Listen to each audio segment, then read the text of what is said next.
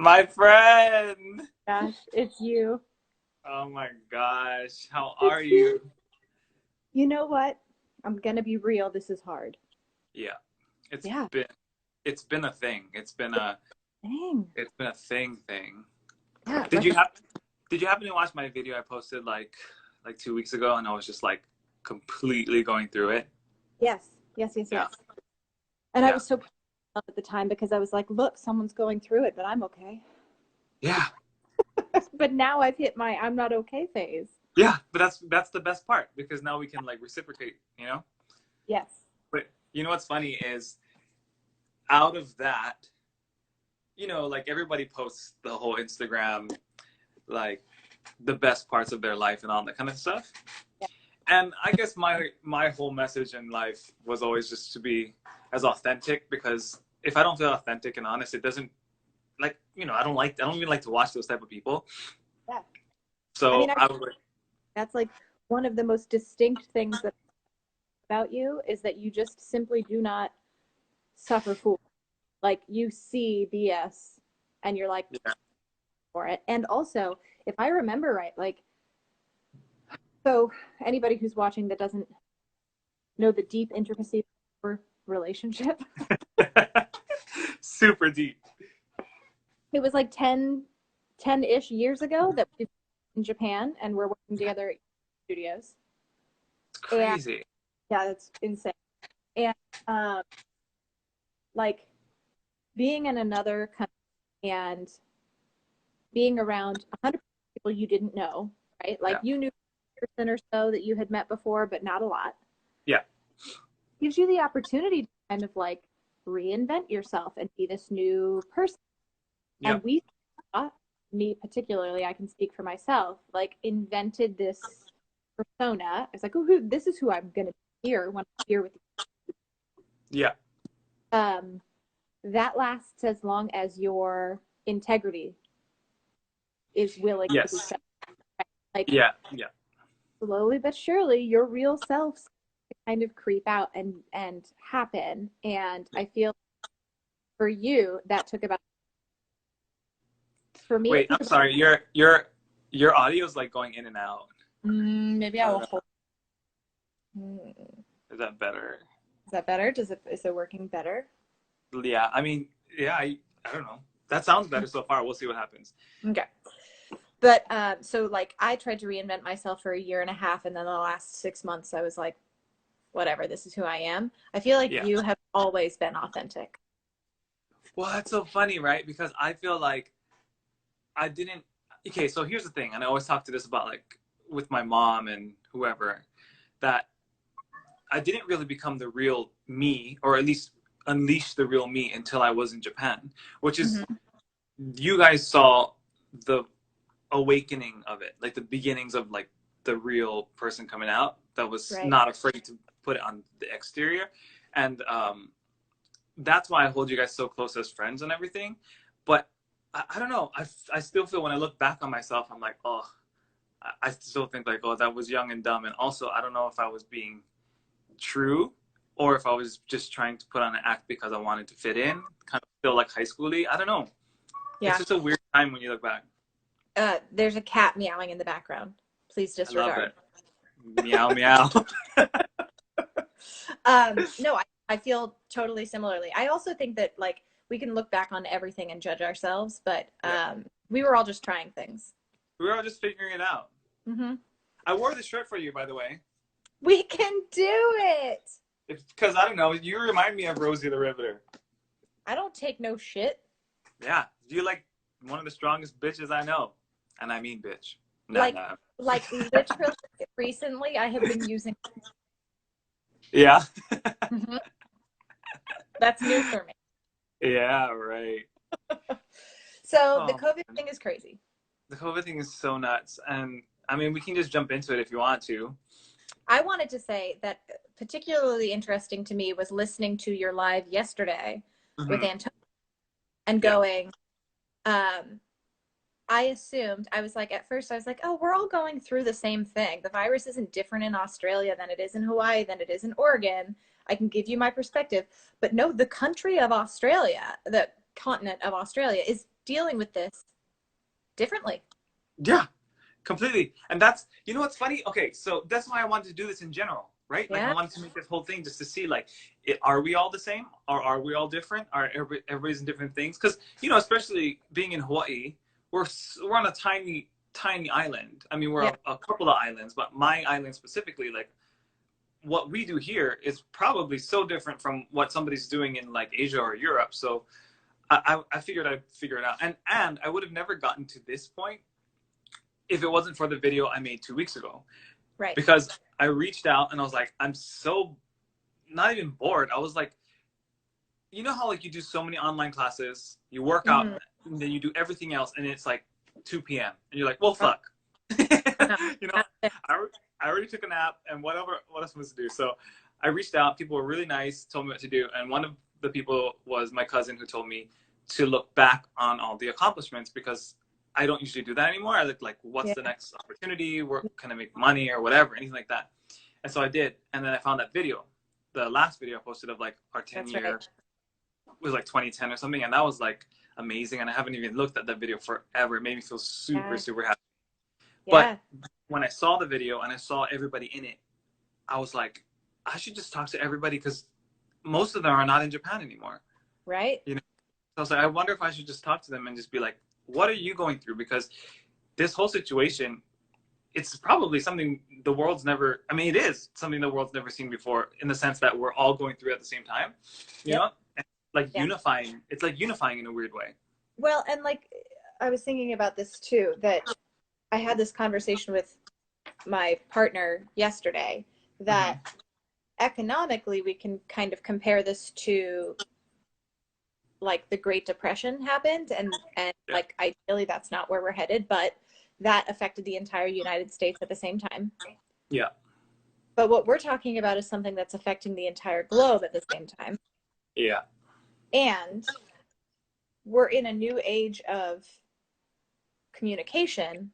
Yeah. That you were to relate this to, for instance, like any other pandemic, like the Spanish flu, we didn't have the way to communicate then that we have now. Yes. So this is brand new.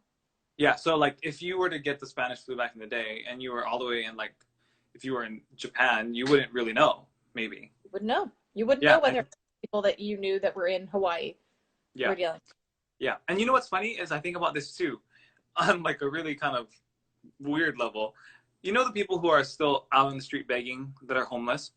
Yeah. I wonder if they even know, because they don't have TV. Right. Or like, how has their life been affected? Yeah. Because like, I don't know about you guys there. I mean, we can get into it in a sec, but like in Hawaii, it's like mandatory to wear a mask. Or if you go to any business, like a Walmart, if you go to a grocery store, if you're on the city bus, it's mandatory to wear a mask. And I'm sure some of them catch the bus to go some places, like, you know, and I don't know if they even know like that's mandatory. If they get like arrested, I wonder if that's their fault. Well, and I had a question about that, because like, what do you mean mandatory? Like, would a police officer, if they saw you at the grocery store without a mask on, could a security officer say you need to put a mask on or leave? Yo, yeah, totally. A security guard could step in, but it's also, here, I can read it. It says, from the office of the mayor, city and county of Honolulu, it says, all customers and visitors of businesses, organizations defined as essential businesses, so like basically anything that's open, if you're visiting there or a customer, you shall wear non-medical grade face coverings over the noses and mouths to provide additional protection for employees and customers as of the 20th, so this past Monday. Okay. So it's like mayor ordered.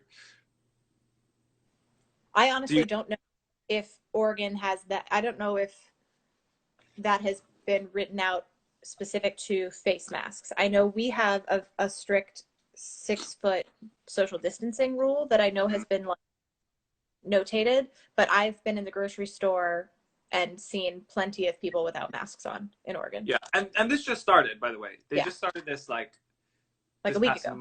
Not even. Yeah. And people had already been wearing masks and stuff, but like now it's like you have to wear a mask.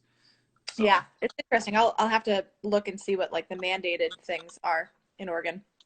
Yeah, I mean, I looked up some stats for Oregon. Okay. So U.S. as of this morning when I checked, but I think it was still numbers from like last night. As of yesterday, I guess USA's total was 903,000 confirmed cases, and then Oregon, of those 903,000, you guys only have 2,002 confirmed cases. So that's actually pretty good for all of Oregon. That's good. Yeah. Yeah. And then I looked up we're your 35th in the nation. You're fifth in the nation? 35th. Oh, 35th. Okay, okay, yeah. That's good. That's great. Yeah. I don't know what number we are, but I think we might even be the least, which is great. I hope, Hawaii. Yeah. I know American Samoa doesn't have any confirmed cases. Oh, wow. Like 0. But I mean, they're in American territory, so I guess they still count as us, Yeah. I did look up Portland. Well, I didn't. What's the county called? Multnomah? Portland has like 4 or 5 or 6 or 7 counties. There's a bunch of them, but Multnomah is one of the counties. Okay. Multnomah had the highest number anyway, and it was 582 confirmed cases. It didn't say in Oregon how many people have been recovered or anything like that. So, like, of those 2,002 confirmed in all of Oregon, who knows? Maybe like half, or at least maybe 75% could even be recovered, which is great. Yeah. But what I found interesting was you guys had 78 deaths of all of Oregon so far, which is still pretty low in the grand scheme of USA.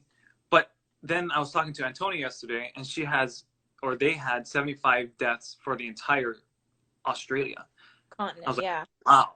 I was like, one state has more deaths here than Australia, the whole country. I don't know. So when I first started hearing about COVID-19, that was when, or at least when I first started hearing about it coming to America, we all heard about it coming to Seattle, right? Like that's where people started hearing about it happening.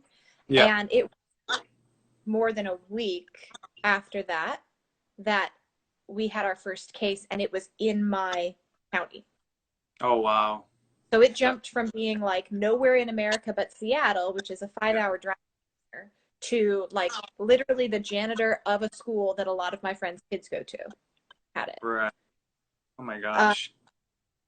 Is my audio still wigging out? Your audio's way better. Yeah. Okay. So so it became very real and very personal very quickly. But also the breakout that happened in Seattle happened at a care facility, right, for older people. Okay, yeah. And I think the majority of the deaths in Oregon, it was the same situation. It was like a care facility where a bunch of people died all at once. Right.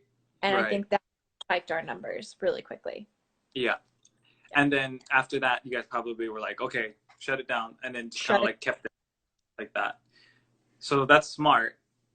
Did you guys have to do any like travel ban as far as like blocking off from Washington to Oregon? Like, can you guys still drive past?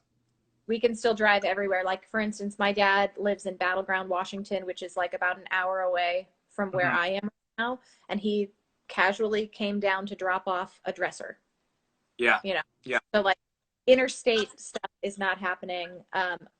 In fact, like, so Oregon, I'm in the Pacific Northwest, and I think oftentimes people think of that as like this super liberal coast, like super blue, like we're just like Democrat. And our governor, Kate Brown of Oregon, she's the one who like laid the hammer down early. She said, not my state. We're shutting down schools, we're shutting down non-essential businesses, and she did that pretty quickly. She responded pretty quickly. What I think people don't realize about Oregon is that Portland and this kind of surrounding suburbs are very blue, but we are a sea of Republicans. Everything outside of it is super, super conservative, and there's there's like enormous infighting right now within the state between people who are like, Kate Brown did the right thing, we should have shut down, we'd be in such a bad position if we hadn't, versus the people who are like, there are 200 people in our city, no one's been sick, how dare you shut down our businesses? Yeah. So you guys, okay. So I wanted to ask. So you guys do have some protesters then? Oh yeah. Because yeah. I mean, when I say protesters, like I haven't seen any pictures specifically down at the Capitol. So our Right. Capitol is, I haven't seen any pictures of people like protesting the Capitol. It would not surprise me at all to see Yeah. that. But unfortunately, and this is something that I have remedied this morning, I have been on a lot of, like I've seen a lot of comments on Kate Brown's material online on like Facebook and Instagram and whatnot. And I would say that like 90% of the response she's getting are from people who are pissed at her. Right. Like, how dare you shut us down? So I'm guessing Kate Brown is a Democrat. She's a Democrat. She's also the first bisexual governor, I think, in America. So Wow. she's like, The whole U.S. yeah, we're us Democrats, us liberals are like, whoop whoop. Let's just yeah. Let's just go all the way. We love her. Yeah. Yeah. Well, that's good. Our mayor and our governor. So our governor is in charge of the whole state, right? And then our mayor, like, you know how you guys do counties? Basically, our counties are like each island. So like Oahu has its own mayor, Big Island has its own mayor, Kauai has its own mayor. Yeah. Like that. And right now, I actually don't know how people are feeling about them. I do know that they're most of the local Hawaii people are upset that they haven't completely shut off Hawaii yet. Like how yesterday I was talking to Antonia and she was saying that Australia's like commercial flights are shut down. Yeah, that was interesting. She said maybe some are coming in to drop off like the Australian citizens that are getting sent home. Yeah. But as far as like Hawaii goes, like it's just like taboo, like don't fly here. And then of course, because there's no people booking flights, that they have to cancel flights all the time, but it's not like they shut it down. So it's like a weird situation because some people are really wanting them to, and then I don't know, at the same time people are like, well, and this makes no sense really because right now there's no way to do it, but you know, our biggest revenue maker is tourism. People come here because they want to be a tourist, and if we don't have any tourists come, then we don't really have a lot of money here. Are you guys, is there a feeling of panic about that? As far as tourism goes, or like just money wise? Economically, yeah. I think people are freaking out. Okay, so as a general, and I'm probably gonna get slammed for this, so I probably shouldn't say it, but Hawaii people are like simple-hearted people, I should say. That's kind of fair to say. I think it is. Everything I know about the Hawaiian people is everything that I want in life. It is a simple life if you care about things. I mean, then there's the people who are like very forward-moving and, you know, progressive in the best way, not in like a negative way. So there's still people who are really business savvy and all that kind of stuff. I'm not saying that, but I guess for the most people, everybody's trying to across the whole nation, but especially in Hawaii, we're trying to collect unemployment, myself included. Right. So we are, as a people, stressed out about that and not knowing if they'll even have enough money to pay us unemployment, because I guess the whole come back around, like our money comes from like tourism and stuff, and I don't know if I don't know. We're all in this whole situation where we just don't know. Right. Right. And I think that causes a little bit of panic, but I don't think it's like a widespread panic. I think people are just like, okay, we're just going to be chill for now, but hopefully we can get it by May. I think if by the end of May, like if something really doesn't happen, people don't have like fully don't have money, I think there'll be more of like a scare. Yeah. It's interesting the way that that America has handled this financially versus what I'm reading about European countries handling this. That there was an article recently, I feel like I found it on the NPR news app, but I don't know where they cultivated that from, but it was about how a lot of European countries, instead of this stimulus check that went directly into the pockets of people, they paid businesses to keep their employees. Right. Which, like, from a systemic standpoint, to me feels like a smarter way to go, because the systems are in place.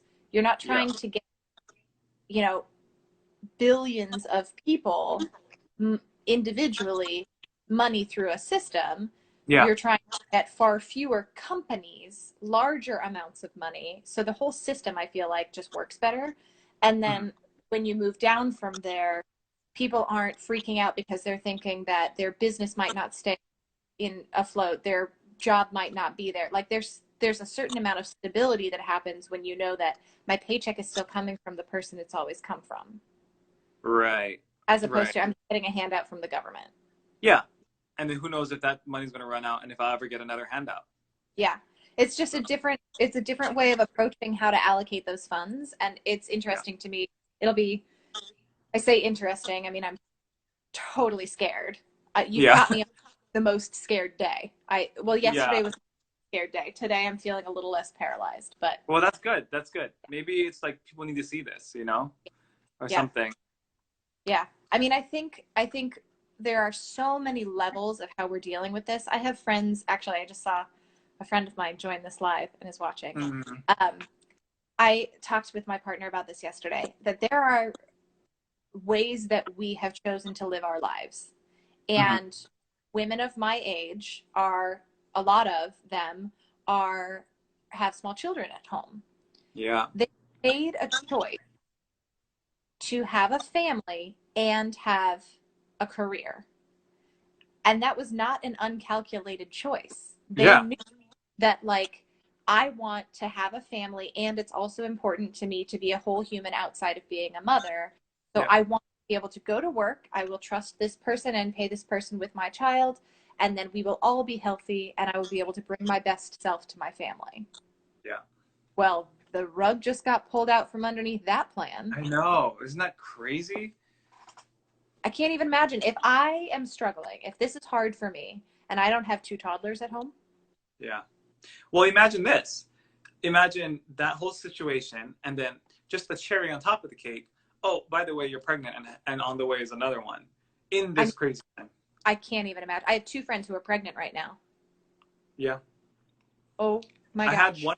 I had one friend on Instagram that just gave birth maybe about a few weeks ago, and I was like, wow, how scary of a time was it being? Like, could you imagine like how on edge, especially like a few weeks ago, how on edge the medical staff would have been?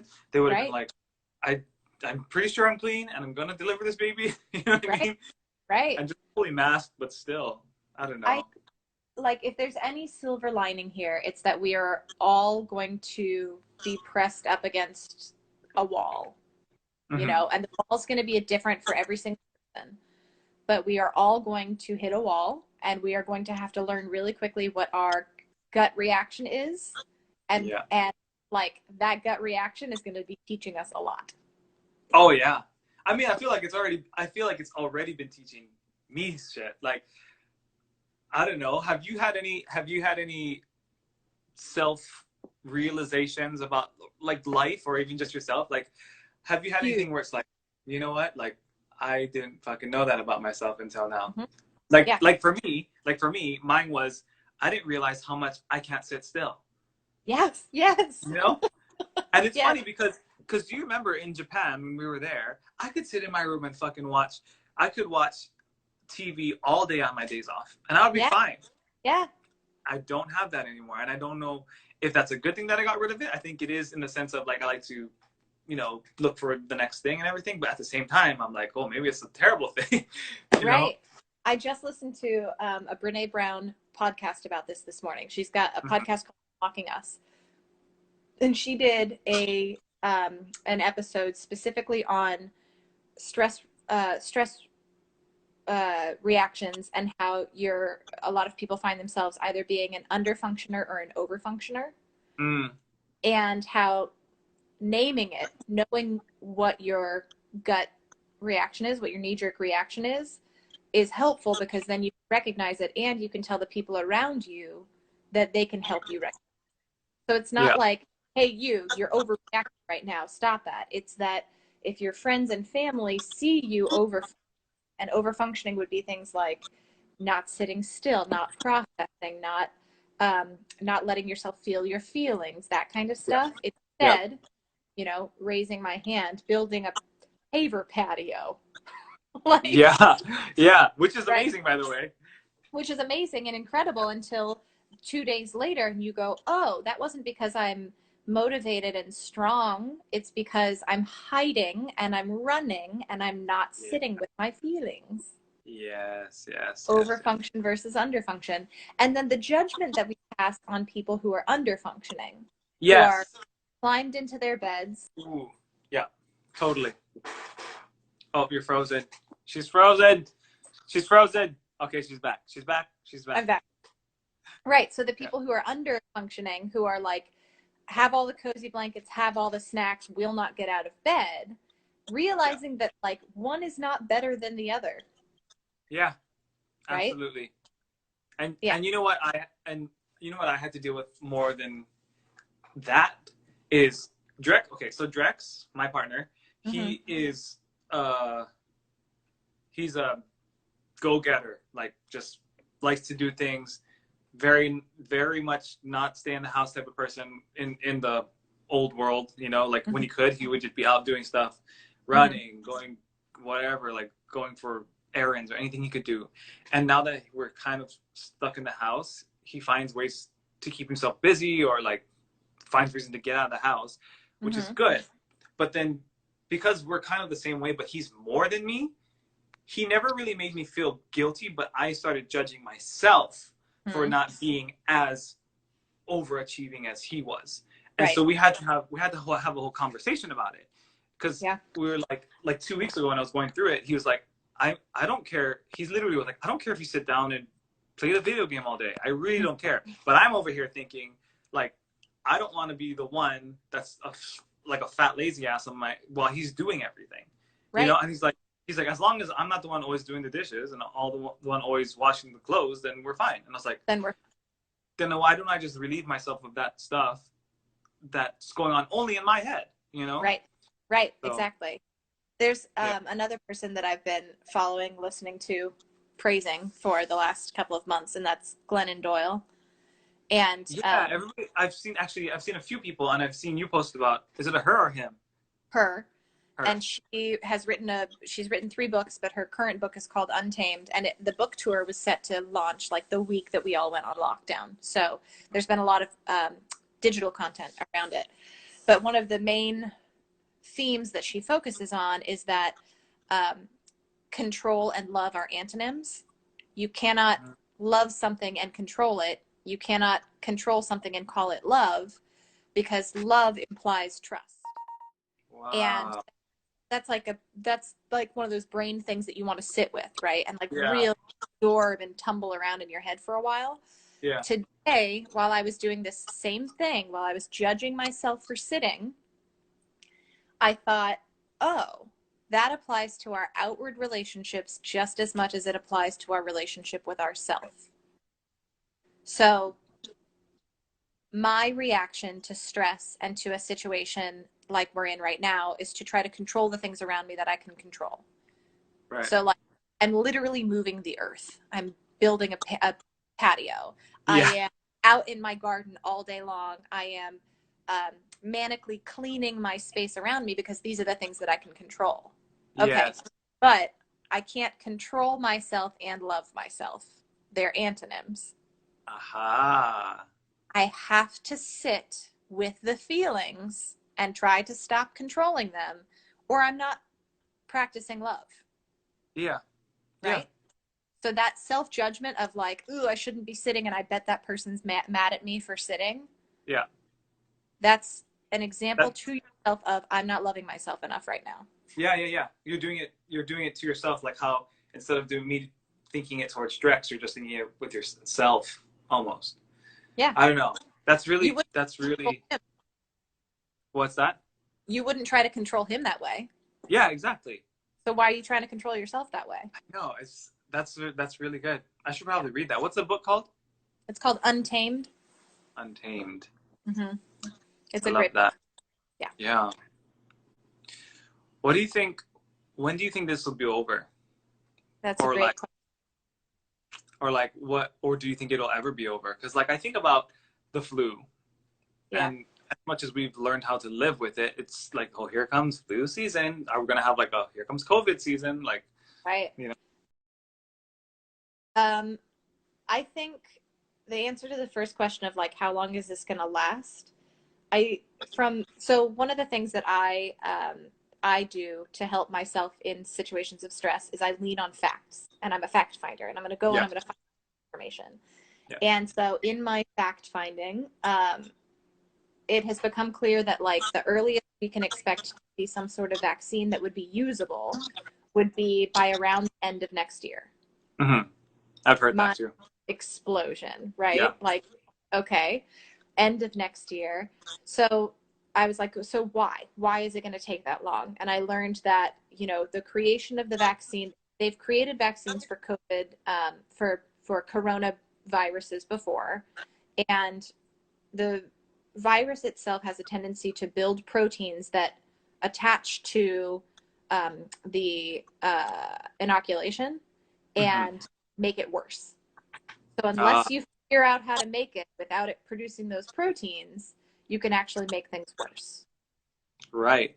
So that makes it super tricky. So they've got to figure out how to create this Protein blockers. yeah, you've got to figure out a way to create this the vaccine in a way that doesn't create those proteins. And then once you find that vaccine and you've done enough human testing to prove that it's safe and reliable and effective, then you've got to be able to mass produce it on a scale that's insane, right? Yeah. Like, whoa. Yeah. So, timeline, I think we're in it for the long haul. Yeah.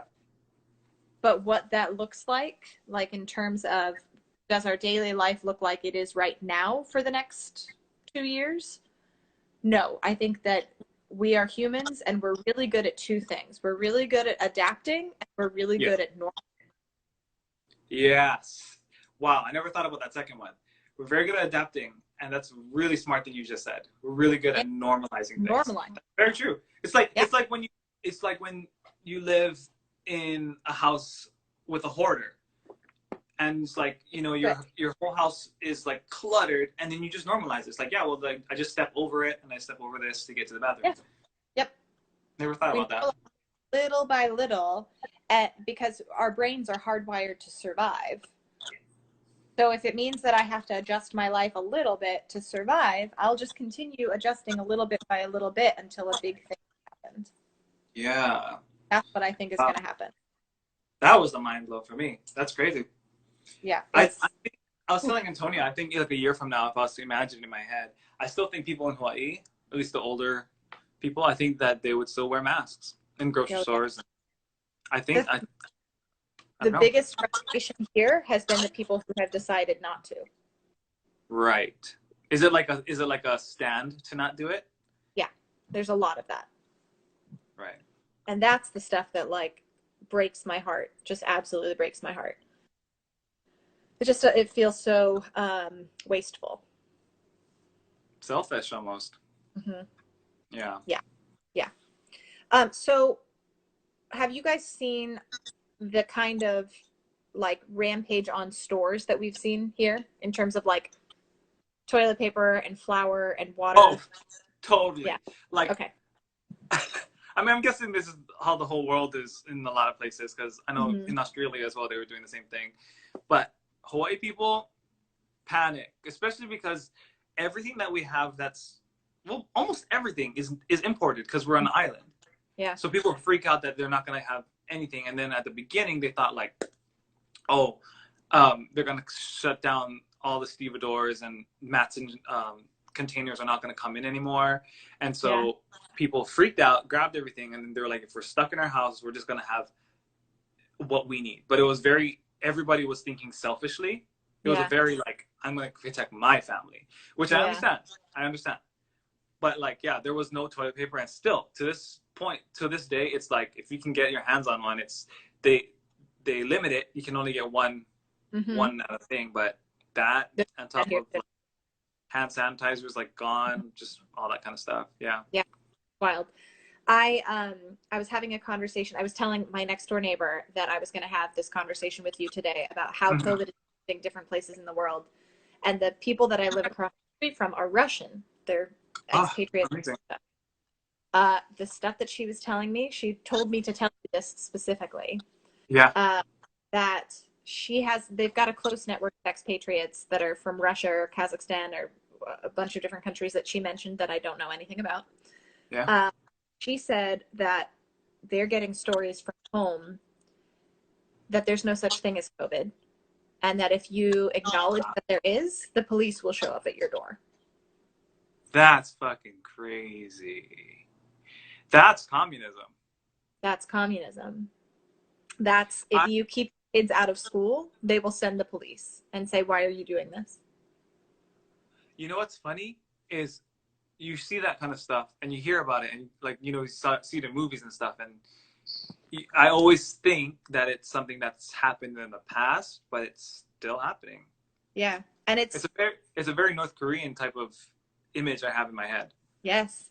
And it's like, not only are they not on a governmental level taking precautions. So like, for instance, schools are still open.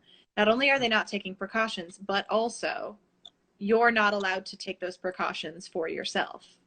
Oh my God. Like there's no reason for you to wear, like if you wear a mask or something. Yeah. If you wear a mask, you would get like the opposite of what's happening here. Here, if you don't wear a mask, people look at you like, what are you doing? Yeah. Yeah. There, it's the opposite.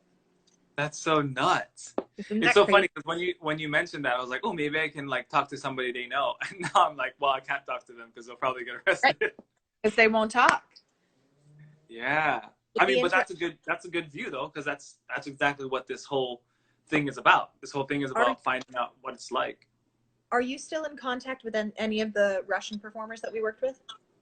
Well, okay, so now I feel like I shouldn't say anything, but there was one person, I should say, there was one person, and I think you know him, who reached out to me and said, hey, how's it going? What's it like in Hawaii? And I was like, well, at the time, I was like, we're only have some, like, not even like 100 cases or even less than that at that time.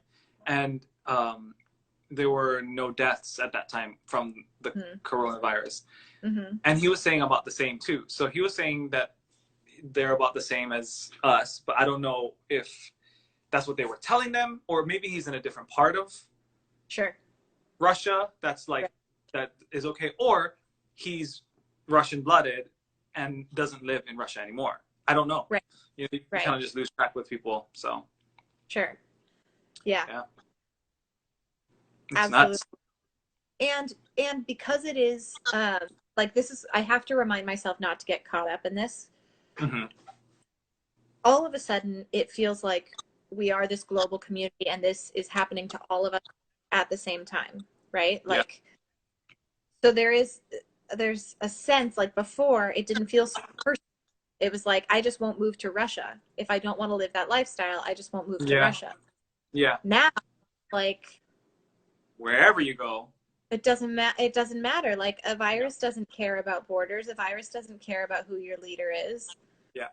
So it feels like you should be able to raise your hand and be like, stop doing that. Yeah. I was telling my mom, like, you know, the only time, like, she was talking about how it's actually kind of unifying us. Well, I guess most of us, now that you tell me that information, is like unifying us as nations, as a world. And the only other time that would probably ever happen is if it was the world versus something else. Yes. And that hasn't happened yet, as far as we know. You know, I mean, maybe all the governments are hiding it, but it would be like an alien invasion would be the only other time for us to be like, you know what, it's us against them. Because usually it's like, exactly. Because usually it's like us against each other. Mm-hmm. That's right. Except for now in Corona, it's like, here we are.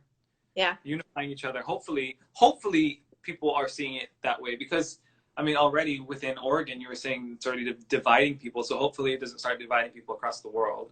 Right. I mean, I think that like, all we can do for ourselves and for the benefit of like moving forward and getting past this, all we can do is take care of ourselves and go one step at a time. Yeah. When we start thinking bigger than that, my brain goes straight to, like, I want to call people in Russia and give them a talk. Yeah, I know. Like, no, I can't do anything beyond doing the right thing for myself, right? And then just taking it one step at a time. Do you know anybody who was confirmed and had Yes. like, yeah? Yeah. And I have know. they recovered? Yes. Yeah. Yeah. So I'm in a networking group, and one of the women documented her experience, and it was fairly frustrating for her because she actually went in and so she spent the week at home when she was really suffering from it, and everything she described was exactly what they tell you. She had this fever that would bounce up, bounce down, bounce up, bounce down. She would have these like really bad symptoms that would happen late at night and keep her up all night, and then all of a sudden in the morning, miraculously, she's better, and then nighttime again, it gets worse. She felt like an elephant was sitting on her chest. She couldn't breathe. All of the kind of like storybook things that we've been hearing about the symptoms. She went in and got tested, and it took like 3 weeks for her to get her test results back, and they came back negative. Right. And the doctor said that was definitely COVID. Yeah. So, we're trying to base things like who gets what ventilators and who gets what governmental support based on positive test results. Yeah. But in my experience, the test results are faulty. Faulty, and also, like you said, delayed by like 3 weeks. Yeah. You know? Yeah. I actually think that I might have had it. I mean, like, I kind of fought my way. Okay, so here's the thing, right? Because there's always this thing where it's like sympathy. I don't know if it's my mind creating it for my body because I see it on somebody else. Mm-hmm, mm-hmm. And or if it's like me being hysterical and just thinking like, oh, I have this, or maybe I'm just like, it's in my brain. Or if I actually had it, because I try to like calm myself down, but I don't usually get sick ever. And then there was a point with like a month ago that I felt like I was having a hard time breathing, but it was weird because it wasn't like, I've never had a hard time breathing. Like, I don't have asthma, I don't have anything like that. But it felt like slight. Like, it wasn't like I can't breathe. It wasn't super heavy. It was just sometimes it's like, oh man, that feels harder than it used to be. But it would last for longer. But it would come in waves. Like, then I would be fine. And then it would be like, oh, that feels tight again. I don't know like why that feels that way. And then I noticed I would go running, and I would just like open up my lungs, or just like anything I could do to like make me feel healthy. Mm-hmm. And anytime I was working out or anything like that, completely fine. Totally fine. My lungs, my breathing was completely fine. It was when I was sitting down watching TV when I was like that was the weird part. But no fever, and no headaches or anything like that. I mean, like, if it was a headache, it wasn't even, it was like, you ever feel the feeling of like the slight, just like, sometimes you have like, oh, sinus pressure, but just a little, where it's like maybe just before you get a headache. Sure, yeah. But nothing like a real headache. I thought maybe that could have just been whatever. But then I just did like the whole stay home thing, and I mean, I'm okay now, and I just hope I didn't pass it to anybody else, but yeah. And who knows? That's the thing. Who knows if it really was or not? Because I couldn't, based off of those symptoms, I'm not allowed to get tested in Hawaii. Well, at the time I wasn't, because there were only so many tests, Yeah, same way it is here. And then even if I did get tested, it might be like your friend and be like, oh no, you're fine. Even though it could have been, Who knows? I think maybe that's one of the major things to note about this experience, is that like in a war, you know who the enemy is, and you know what they look like, and you know what they sound like, and you know what they're doing. Yeah. We don't know our enemy. We're fighting a faceless enemy. And and this idea that our bodies go into fight, flight, or freeze, we can't fight this, right? Personal level, I can't fight this. Yeah. I can't run away from it. There's nowhere for me to go. It's global. So what am I doing? Freezing. Yeah. Right? Fight, flight, or freeze. Literally. We're just frozen. And I think for people like you and I, it's like that whole freezing thing feels so unnatural. It feels stagnant, and yes. That's where, I guess, that's what we're trying to confront, right? Because that's the part that's scary for us. Yeah. Yeah. What And about your job? silver line Sorry. is that it's going to make us stronger. It's going to make us smarter and stronger. Yeah. What about your job? Like, is your job affected much by this? Because I know you work from home, right? Or no? Yeah, I work from home. So like in the grand scheme of things, my business is fine. I own and operate a digital marketing company. And right now, any business that wasn't digital is wanting to be digital. So really, in the first wave of things, my business is fine. I Yes. also am used to working from home. So there's no huge shift to my daily routine. Yeah. All in all, I'm incredibly grateful. I'm in a great position. Yeah. I'm concerned about the second wave because my clientele are service-based small businesses. Right. And right now, they all are frantically trying to get online. What happens when they've run out of cash to float themselves? Yes. When small businesses start closing, that's when I have to start worrying. Yeah. Which is very valid, which is super And valid. yeah, and that's the future. And I have to keep reminding myself that I have zero control. I know. But isn't that like just the scariest feeling? Because even like knowing just like, well, if this happens, then this could happen. And then if that even happens, I'll be okay. Like that, just to have like a small little plan of like, if I fall flat, then at least I have this. Yes. Feels comforting. But Yeah. when that doesn't even exist, that's like That's when people start. terrifying. No. Mm-hmm. Yeah. And I think what we need to do, or the way that we're going to survive this, is to redefine what that little fallback is. Mm-hmm. Like in my head, my first thought is, oh, a little savings, a little cushion, right? If you've got the little savings, little cushion, at least worst case scenario, I've got this little cushion. Well, plenty of people that don't have that little cushion. There's plenty of people that don't have that little savings. So what do they fall back on? Love, right? Yeah. like, Yeah. like the thing that is not going anywhere, the thing that in fact is becoming stronger and stronger every day here is connection. So Is what? Is connection. Is connection. Yeah.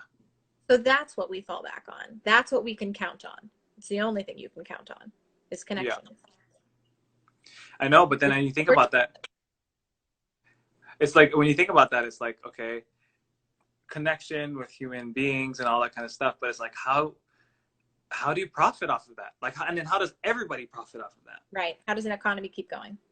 Yeah. There's not no way, but it's like we're all gonna have to think of a way that this is the thing.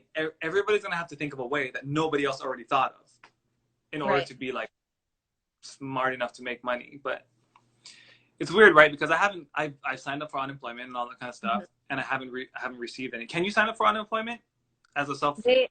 Yeah, there's a self-employed unemployment fund, but it was wiped out really quickly. Yeah. So like maybe in the second wave I could apply for it, maybe. Yeah. Well, that's the thing, right? It's like for us, you have to file a claim every week, but we can't even get into the system. Right. So if you can't get into the system, you can't file the claim. You can't get your money. So I haven't gotten anything yet. And to me, it's like, of course, it makes more sense for me to stay home and get paid like a percentage of my money. But if I'm not actually getting it, does it make more sense for me to go out and be like a fucking delivery boy for Pizza Hut or something? Like at least I know that's coming in. And then also, should I do that before everybody else has that realization? Right. Like 2 months down the line, people are going to be like, oh, maybe I should be a Pizza Hut delivery guy, which is great. I'm not knocking them, but I'm just saying like they're the only ones in business right now, and I don't want to be at the end of it when all the jobs are filled already. Right. And I think that mentality, that thinking, is an example of like this survival anxiety that we're all feeling. Of like, we don't know what's going to happen, so let's make sure that I'm the first to figure this out. Everybody's in the brain of like, I got to figure it out. I got to figure it out before everybody else. Yeah, I know, and that's so stressful. It's so stressful. And I know people who like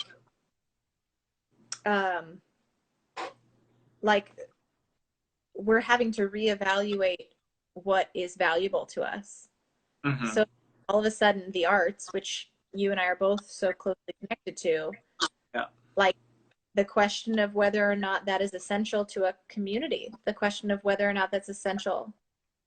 Well, It's in we're January, all relying on, right? It's the thing. Everybody's going to Netflix right now.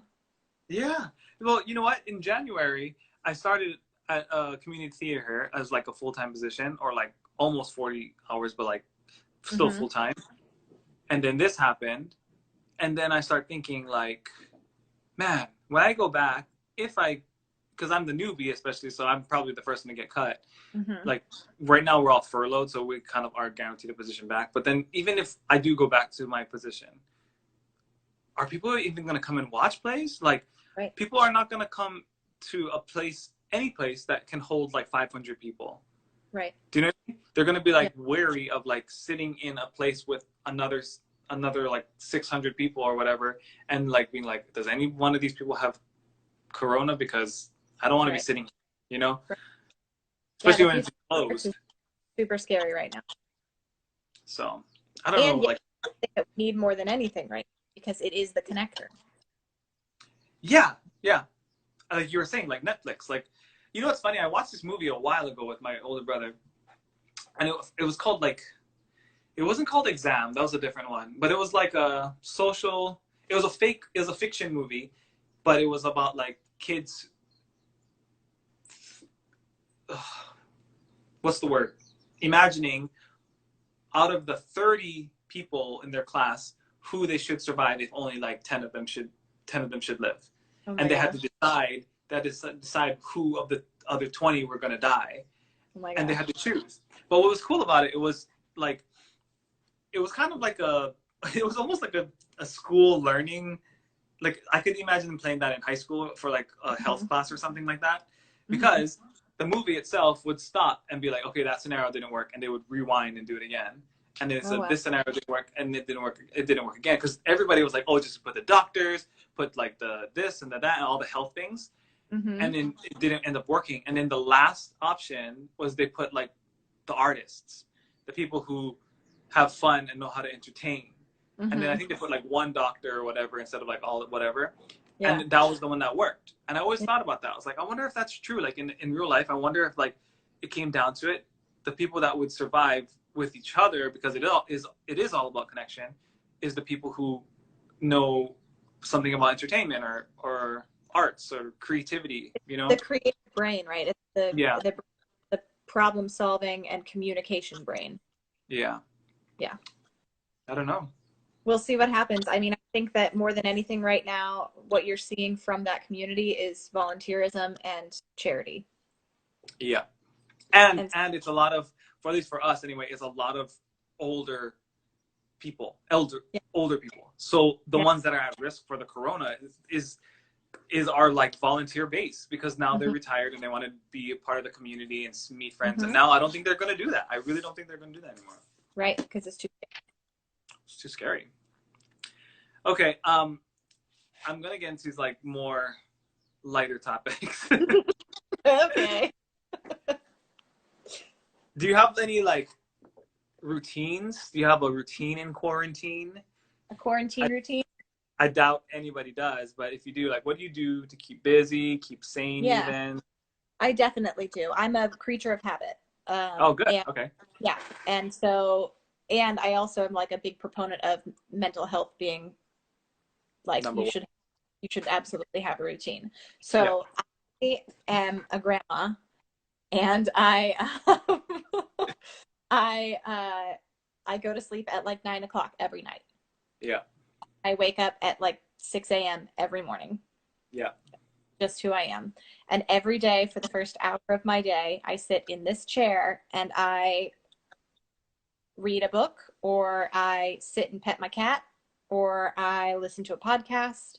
It's like for a hyper doer like we are, Yeah. that time I know that everybody else is asleep, or in my brain everyone else is asleep. So Yeah. it's safe to just do nothing. Right. With no judgment, and it's one Mm-hmm. time you can just be like, nobody's. That's smart. Yep. So I have an hour every morning that I get to do that.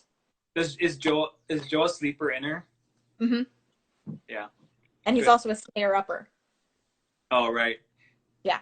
So like he has 4 hours between when I fall asleep and when he falls asleep. Yeah. And You that's know what's funny? perfect. You know what's funny is I like, and I was for a while, like before all of this happened, where I was a wake up early, and me and Drex would be in bed by, let's say, 10, Mm-hmm. and sometimes we still are. And I like that lifestyle because you wake up earlier, you get things done, and you feel productive before even noon. And I like that feeling. But I am a Cancerian, and I don't know if that has anything to do with it, but I notice with myself that when it comes 10:30 or 11, my body just starts to click in. It's like, okay, now I have all these creative thoughts. Really? Now I have all this energy, and it's like this natural, like maybe moon given energy or something, because it's like nighttime. And we're supposed to, like, the Cancerians are the ones that are like the moon children of like the whole zodiac. And I don't know if this is true or not, but I definitely feel like at nighttime I'm like, why now? Like, I'm like, why do I have to crave, like, and I guess at the end of the day, I have nothing else to do, so I could stay up all night. But in my brain still, I'm like, if I'm up all night, it's not being productive, which is just completely false, But creativity production. But like last night, okay, for example, for last night, I went to bed like 2:30, 3 o'clock, which is weird because I haven't really been doing that this whole time. It's just started happening recently. But I still woke up at like 7:30. And then and usually it'd be like, cool, then I'll take a nap in the daytime. But like I did the same thing yesterday and didn't take a nap. I don't know if I'll take a nap today. It's just a weird time. It's like I'm trying to figure out my new norm. Yeah. And I think that like sticking to the normal is going to be really helpful through all of this, just because like our foundation feels like it's been wiped out underneath of us. If we can keep our at least schedule, like at least that's a foundation we can rely on. Yeah. I have guilt complex. So for me, having a routine is hard, and I don't think I've ever been disciplined enough because I don't know if it's because I didn't really do a lot of young sports or whatever, or I wasn't taught that at a young age, so it's harder for me to implement it on myself, to do it myself. So what I did was I gave myself a list of things that I have to do with no order, with no timeline, and like, this is just what you have to do in today. When you get it done is up to you, but you have to do these 5 things. And like, yeah, that's what I've been doing. Like, even it's like your online class, study Hawaiian language, but it's like at what time of the day you do it, that's on you. I had to do that because the whole time I was like, I don't know. Oh no, do you see a countdown? No.